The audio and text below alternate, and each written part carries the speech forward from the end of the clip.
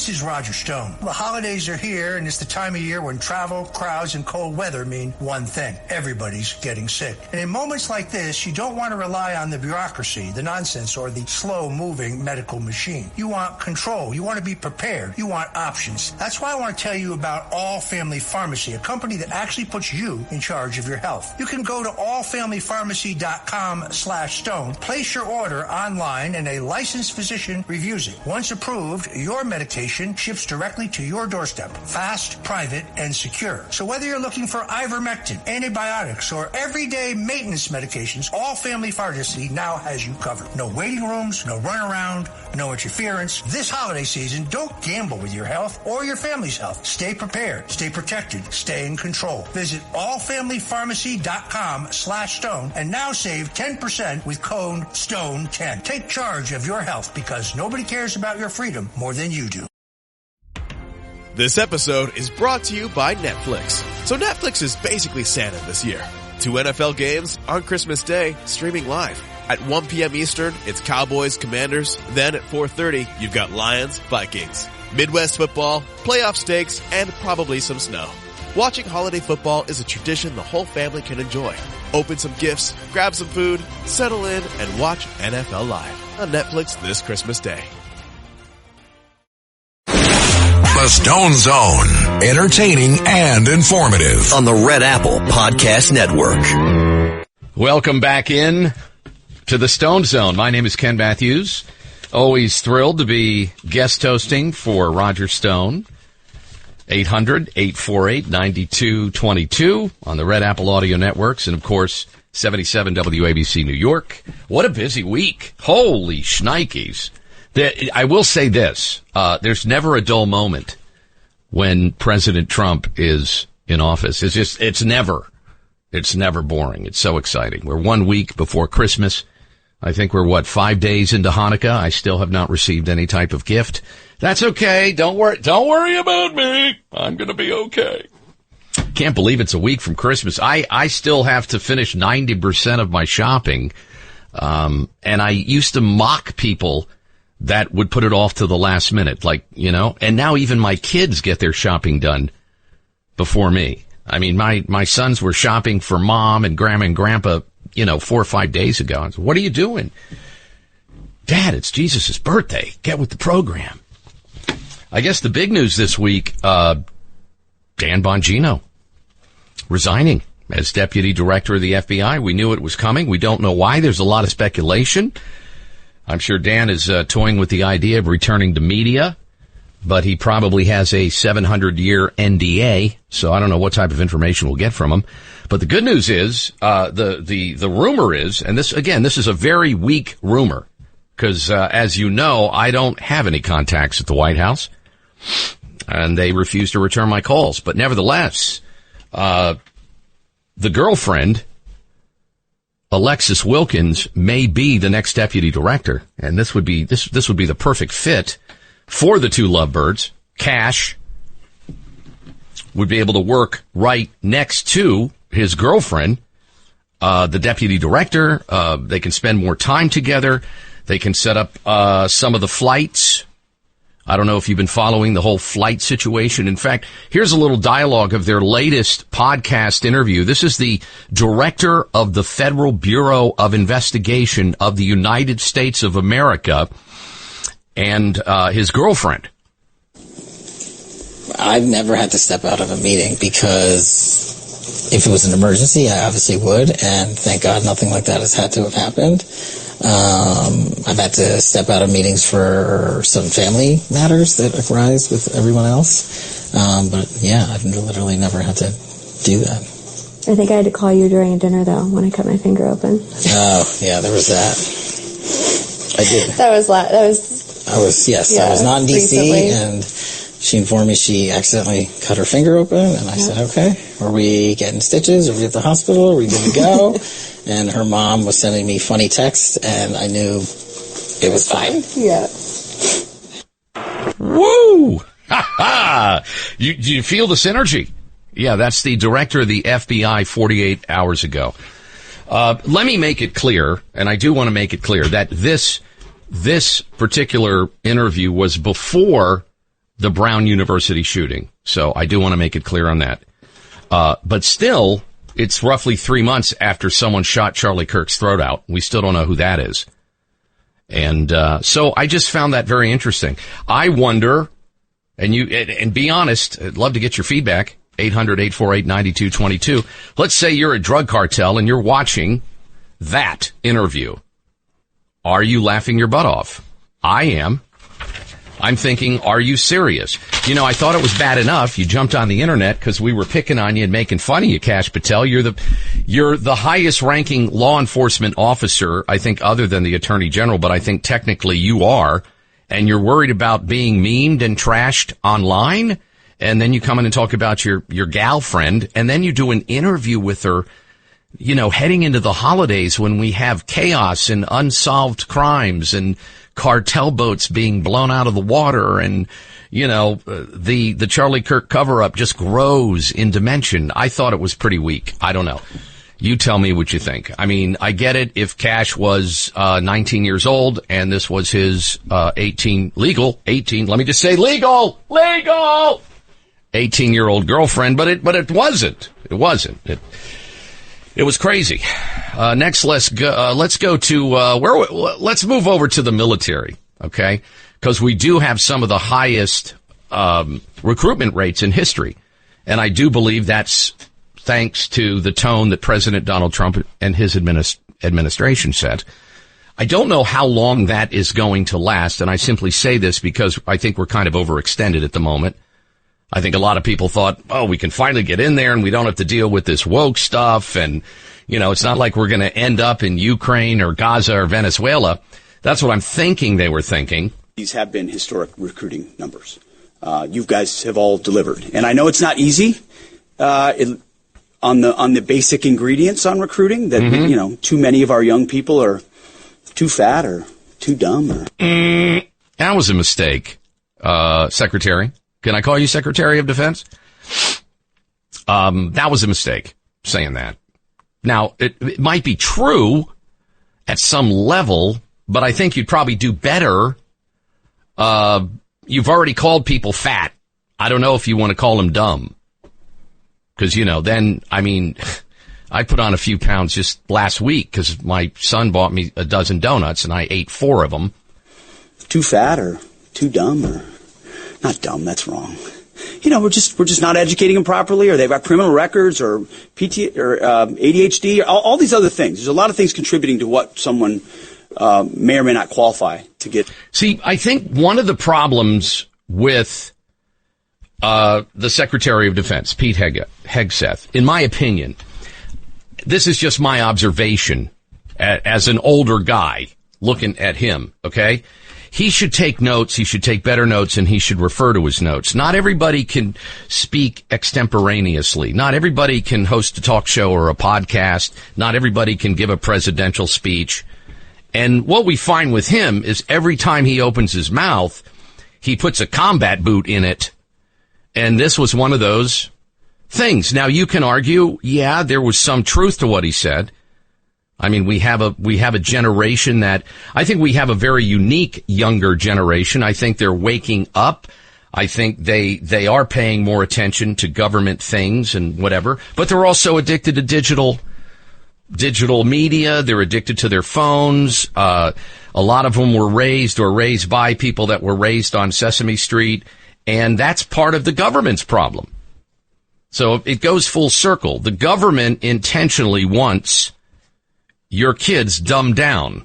Now, that may make somebody wince, but that's a fact. And the government needs a weaker population, not a stronger population. So this is what Pete is running into.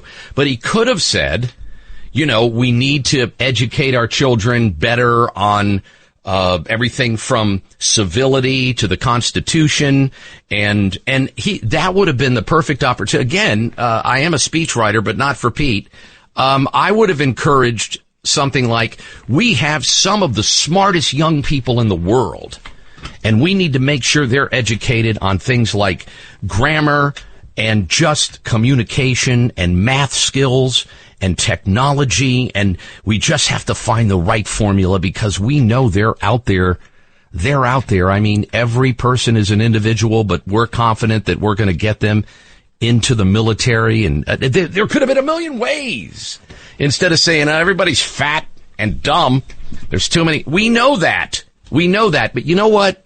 Sometimes the parents play a role in that. So if you have a parent that, is hating on America, I don't know if the kid's going to want to enroll. If you have a parent that doesn't really care, and again, I'm not blaming parents, but there's so much more to it. And I know people are still reeling from the speech that Pete Hegseth gave to all the military leaders that showed up there. I don't know if you saw this. This is an exciting moment. Caroline Levitt, Caroline, I always get their name wrong. I'm sorry. I don't mean to do that. I don't want to go on a list.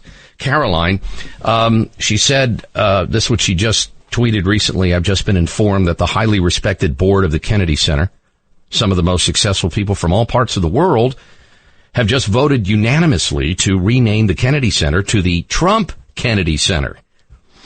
Holy moly. You want to talk about triggering people. That's gonna be big. That's some triggering right there. Oh my goodness. Because of the unbelievable work President Trump has done over the last year in saving the building. Okay, I hear that's true. I hear he raised a lot of money for it.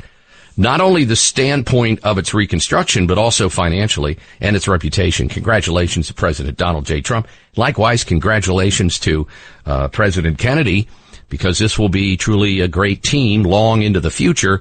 The building will no doubt attain new levels of success and grandeur. So, wow. Some people would think that's a cool thing. I'm not big on modifying history that way, just like, and I forget her name, and forgive me. I might still have it here. Hold on. It may be in my notes. But they just put the statue of a civil rights icon where, General Robert E. Lee was. Remember, they took the General Robert E. Lee statue down and they replaced it with, civil rights leader, woman. I forget her name. Please forgive me. I had it in my notes and I just must have dropped it on the floor in the studio here. Anyway, point being is, I don't know why they couldn't both be there. There is a point to this. There really is. Why can't you leave the statues up? And if you want to add statues, because history grows, it modifies, it evolves, it progresses, why not leave these statues up? Because a lot of these men were better than what the history books say, and some of these men were worse. But why not leave the statue up? I think it's even more impressive. You recognize a general who fought and was a great leader in the Civil War, and just because he fought with the South doesn't mean he was bad, okay? And then you have side by side a black leader that is finally getting recognized for their contribution. If that doesn't say our country is growing, our country has evolved, our country is an amazing country, when you say 250 years ago or 100 years ago this was happening, or 130 years ago this was happening, or can you believe what was happening 200 years ago? Look at this. But to tear down history, that's what conquerors do. You don't want to do that. You don't want to be erasing history and statues and books. That worries me. That worries me. And yeah, I think as far as leadership goes, Robert E. Lee was very impressive. There were several Confederate generals that were impressive. And, there's good and bad on both sides of that. You want to weigh in on that? I'd love to hear your thoughts. 800-848-9222. Do you remember when we went through the tearing down the statue phase and everybody was cheering, yes, we're going to put up a bronze statue of George Floyd. That's America. Remember that? Yeah, well, Floyd is still up and General Lee got torn down. We'll be right back in the Stone Zone. I'm Ken Matthews in for Roger. The Stone Zone. Entertaining and informative. On the Red Apple Podcast Network. And I would add to that as a political analyst and author, he's probably one of the sharpest dressed people in that industry. I mean, the guy knows how to dress. I mean, did you ever read that book, Stone's Rules? I have it right here on my bookshelf. It's a cool book. It's a fun book. I mean, he's written other books, but that's a fun book. I want to go back to, cause this always freaks people out because there's so many people that still believe the FBI and the government and, you know, if Senator so-and-so said it, it must be true. So there's a U.S. Army veteran who has come forward, and he has come forward in name and, he's gone public. And he told Candace Owens he is 99% certain he saw Erica Kirk, Turning Point USA Security Chief Brian Harpole, and Nevada Congressman Mark Amati attending a high-level meeting at a military base in Arizona days before the assassination of Charlie Kirk. And here's what that testimony sounded like. In case you hear this going around, it's not a conspiracy theory. It's an actual living, breathing human being who's putting their life and reputation on the line to counter some of the FBI blather. That person matches who I saw at Fort Huachuca in the lobby the night before. And she was with that man in the lobby. And that man, he was present at that meeting the next morning.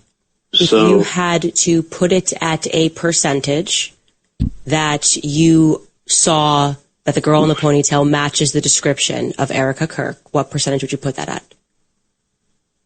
Those are really rare eyes. That's 95 to 99%. I can't imagine somebody else. So that's pretty explosive stuff. Just curious if you saw it on any network news or anything. I'm just curious. There's a lot of things that have come out, some explosive stuff. Like it turns out that's not the gun. And the fact that, you see, this bothers those of us that follow things very close. We follow it closely, no matter what it is. Just like it bothered me when they lied about January 6th. And it bothered me when they said, stolen election in 2020. What are you, crazy? That was the most secure election in history. Joe Biden got 47 trillion votes. Don't you try to undermine the election, doubting us. You see, and this is what's happening with Charlie Kirk. And Tyler Robinson is the Lee Harvey Oswald of the day. And I'm waiting to see if someone's going to dig deeper. Now, there are a handful of people digging deeper. And, I can tell by the level of mockery they get and attacks and threats that they're obviously near something. But this Camp Watucha, by the way, I think that's how you pronounce it, it's a military intelligence base. It's not like an Air Force base or, you know, it's they train military intelligence. They train young soldiers, men and women, how to operate on the stage and in the environment of intelligence gathering, disguise, surveillance. I just find it fascinating. What do you think? 800-848-9222. I'm Ken Matthews in for Roger Stone in the Stone Zone. The Stone Zone. Entertaining and informative. On the Red Apple Podcast Network. In for Roger Stone tonight in the Stone Zone on the Red Apple Audio Networks. My name is Ken Matthews, and the number is 800-848-9222. You can find me, troll me, whatever, on social media or at kenmatthewsmedia.com. I'm on Rumble. I'm on YouTube. That's usually the best place to troll. And, of course, X or Twitter or whatever you want to call it. I post a lot on X. And I don't know if you saw this, but Representative Eric Swalwell, as you know, is running for governor of California. And he has missed most votes on the floor of any active member of the House, according to an analysis by the Washington Post. He even missed more than Arizona Representative Raul Grilvalio, who passed away, by the way, and I mispronounced his name, but not intentionally. So he missed more votes on the House floor than a dead man. And he's running for California. He's probably going to win now. There's a good chance. There's a good chance because they need puppets like Gavin Newsom. Who do you think has better hair? Eric Swalwell or Gavin Newsom? I don't know. Other big news this week, and we're on the eve of it. It's not only Friday Eve now, but this is a huge, huge deal. And this is the deadline for this, by the way. Okay?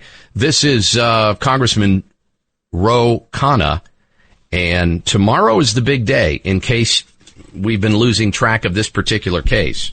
Tomorrow at midnight is the deadline for Pam Bondi to release the Epstein files. That is what Thomas Massie and my bill calls for. It passed this body 427-1, passed the Senate 100-0, and the president signed it. Now, 3 federal judges have ordered the release of all of these files in Maxwell and Epstein's grand jury. Here is the reality. Any Justice Department official who does not comply with this law will be subject to prosecution for obstruction of justice. If Pam Bondi does not comply with the law, she will be held either in inherent contempt of Congress or subject to impeachment. We will not rest until the law is complied with and justice is served. Thank you. Wow. Well, I forgot it was tomorrow. I wonder what's going to happen. It's always midnight on a Friday. Midnight on a Friday when all the news is dead and no one cares, and it's the week before Christmas. It's a perfect time to release it. I wonder how much is going to be redacted. You know, you really got to ask yourself what's going to be redacted from the Epstein files. And I know there's that contingency of people. Just move on. It's child trafficking. Get over it, dude. It's kind of like Russiagate, right? Move on. There's nothing we can do about it now. It's not like we can, arrest people. I mean, look what happened with Comey and Letitia James. I mean, it's not looking good. I want to see more people in handcuffs. There's not enough people in handcuffs. And it's discouraging. It's discouraging to see some people get targeted and some people like Hunter Biden live a wonderful life of wealth and who knows what else. Alexandria Ocasio-Cortez, AOC. Now, you may want to sit down for this, but we have to accept the reality that there's going to be a lot of polling and hypotheticals, especially now, as we head into the midterms. Now, I'm not optimistic about the midterms as far as conservatives go. I just don't know. I think it's going to be sad. But anyway, that's just my thought, because things aren't going like we were promised they would. There are some good things happening, though. However,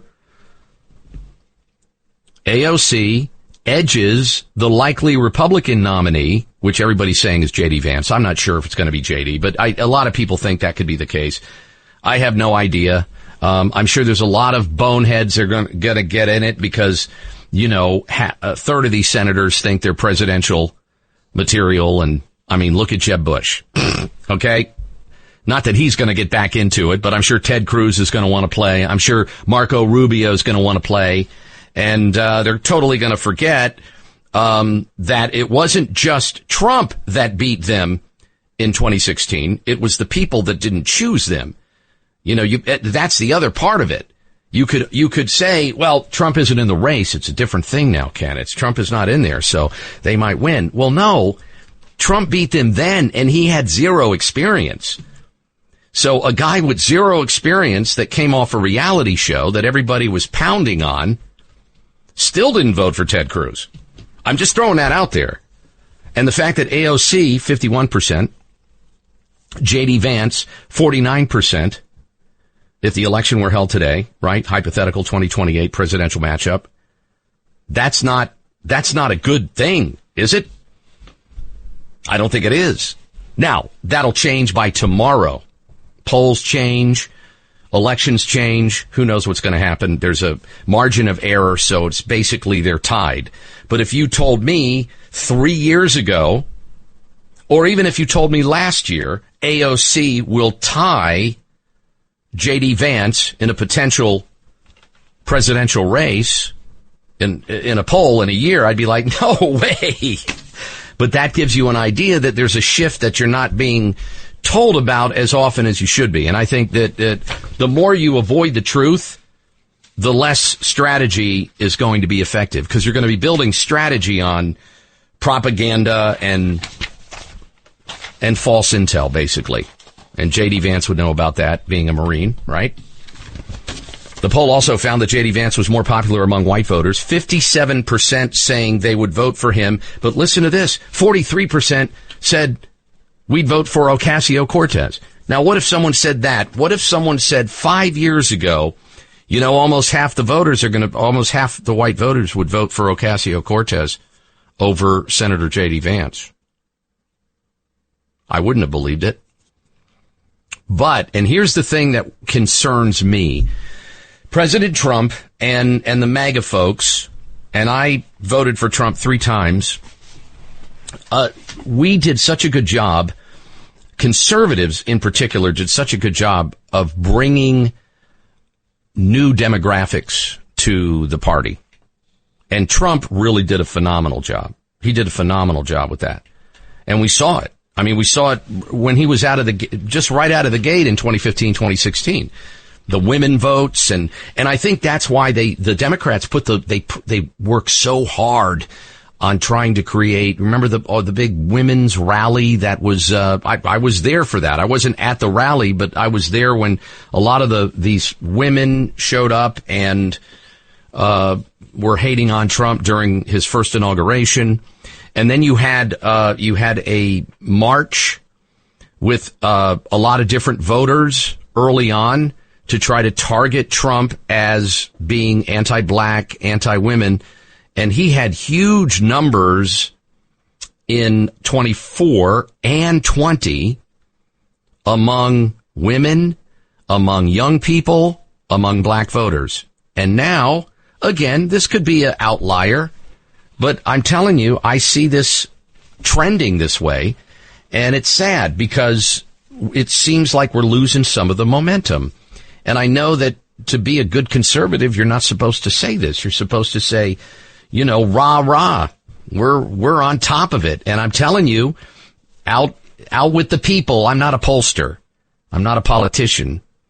When I'm shopping at Walmart and I bump into someone I know in the parking lot and we're talking about guns and how I should put the right antifreeze in my car or it'll corrode it, we also talk about what's up with Trump. What's up with this? You think Bongino's going to resign?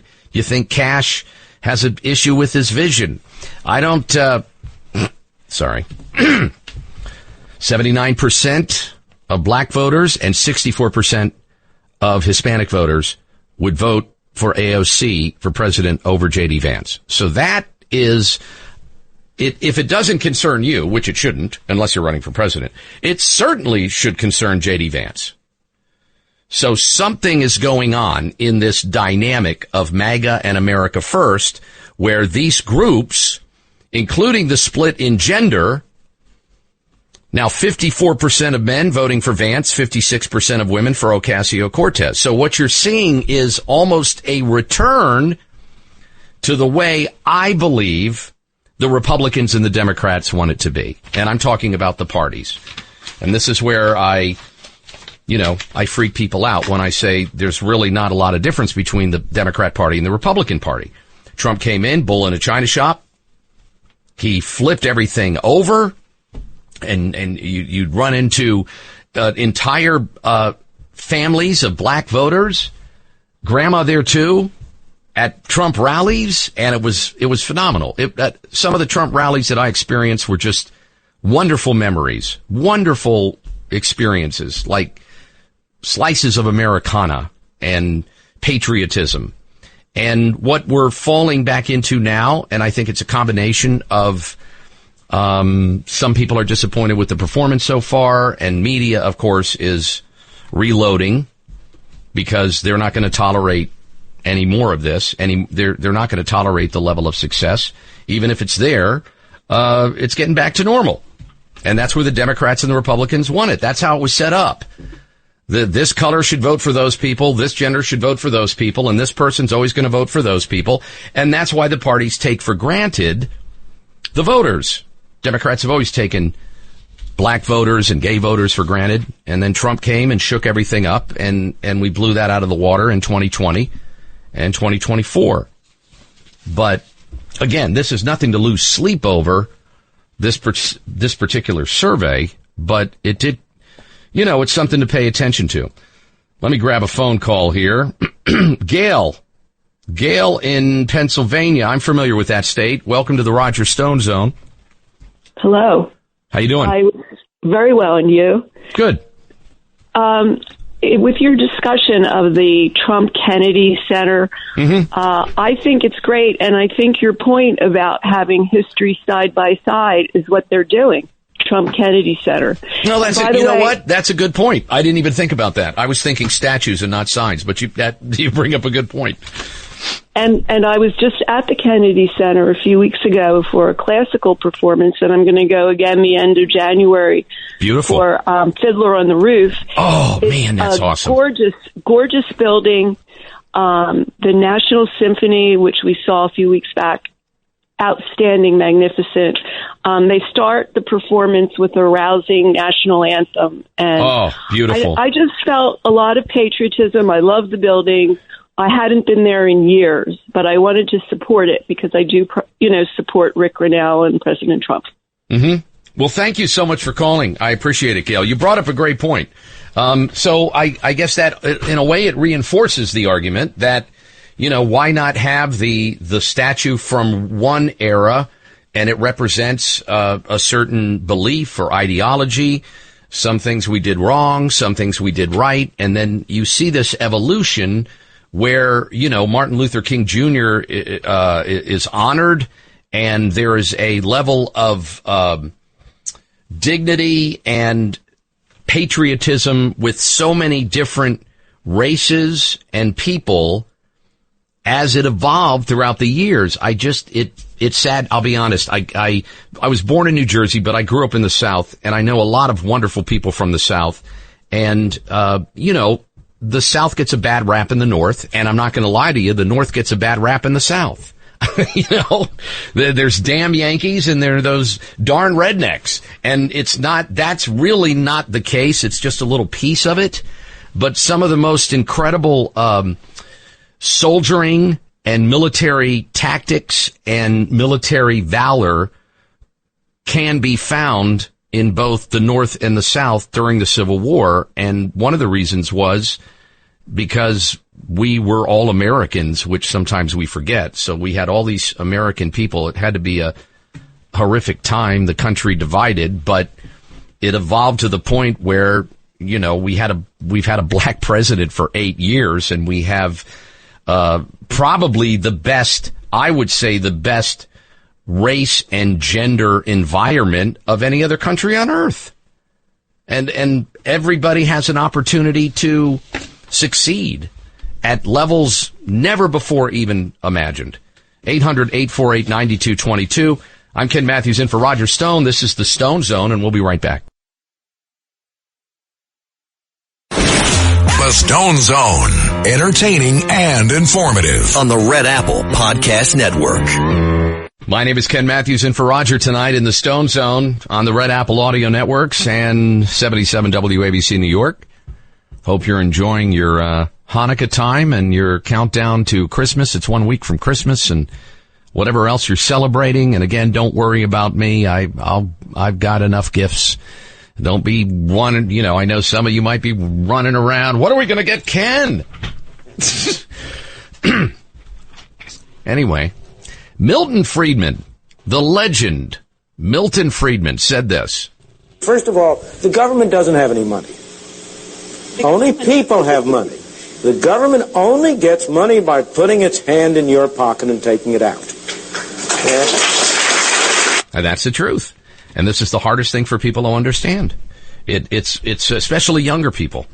We get programmed into believing that that's where the government gets its money, that it creates its money, but we don't understand we are the source of all money in this country. We're the source of all of it. We pay for everything, you and I. Our jobs pay for everything. Our taxes pay for everything. A school, a bomb, a wing repair on a fighter jet, a new bus, a desk in a senator's office. It's all our money. And, you know, this is where I'm going to say, I'm not going to go into my tangent about if we all just agreed to stop paying taxes for 1 month, we could control the world. I'm not going to say that again. Just going to move right on to where we are now seeing more restrictions on drones here in the United States. And I fear that this will lead to private ownership of drones being either further restricted or eliminated. Why is this? Because the drone warfare that is taking place, not only in the Ukraine, with the Russians, obviously, drone warfare is taking place all over the Middle East. And now it has become so easy to buy a commercial drone and modify it. People are using drones not to drone on, but people are using drones to deliver things. But they're also using drones as small as a shoebox and as big as a small prop aircraft. I don't know if you've seen some of the drones that we fly over battle spaces, thousands and thousands of feet up in the air, to bring amazing intelligence and deliver payloads of devastating weaponry, but also most special ops have had drones as part of their kit for almost 2 decades. And now you can pull a drone out of a backpack and launch it into the battle space, and there's no risk to get that intelligence. So to train for these drones, they have to do it in America. But civil authorities restrict the use of GPS jammers and other electronic warfare weapons because of the Constitution, right? Just like you can't have, you know, soldiers can only do so much in American cities. And the last thing they're going to do is train in a populated American city. So this is kind of a thing that they're caught in the middle of. They have to decide, where are we going to train where we can do it secretly but effectively. But this is the future of warfare. And they have to find out a way now. What they're working on doing is carving out airspaces for these systems. And one in particular is the 6th Battalion 2nd Special Warfare Training Group. And they did a interview with Defense One magazine. And the FAA will be ruling on it along with government agencies to see if, you know, your son may have to keep his drone out of the airspace. But why, Mommy? Why?